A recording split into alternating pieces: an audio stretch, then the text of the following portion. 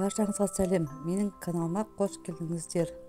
Бүгін мен сіздерге тюрбанның жасалу жолымен таныстыратын боламын. Ол үшін каналыма тіркеліп, лайк басып, подписаться бөліміне өтіңіздер. Менің каналымда тюрбан жасалу жолдары бар, әртүрлі.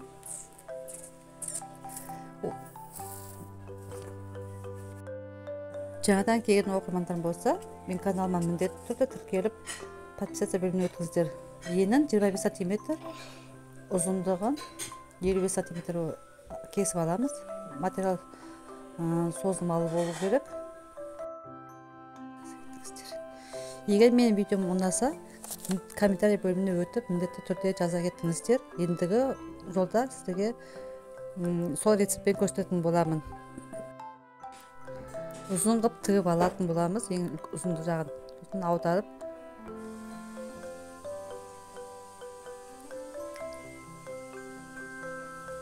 тура мен көрсеткендей қып жасайсыздар. Видеода мен қалай көрсеттім, сол бойынша жасап шығасыздар.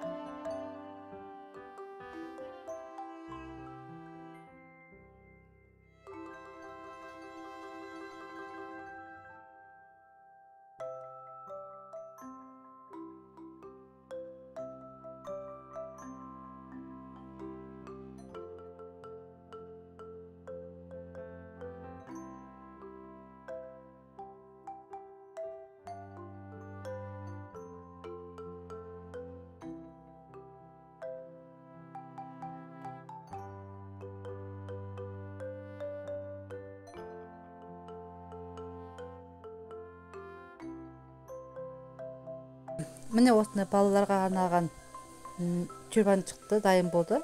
Мен видеом қызықтыратын болса, міндетті түрде тіркеліп, лайк басып, қолдап қойыңыздар.